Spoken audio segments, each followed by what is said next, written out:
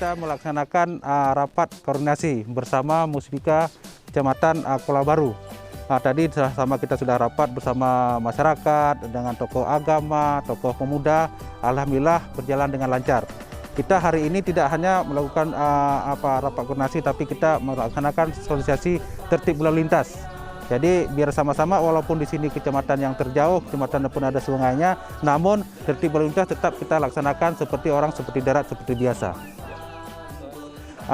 Mulai dari Pak Kapolsek Kuala Baru, ada Pak Camat, di sini ada Pak Mijan sebagai Kabid Lantas, ada Kanit Rejawali, ada Kanit Patroli, dan personil Lantas khusus Polres Aceh Singkil.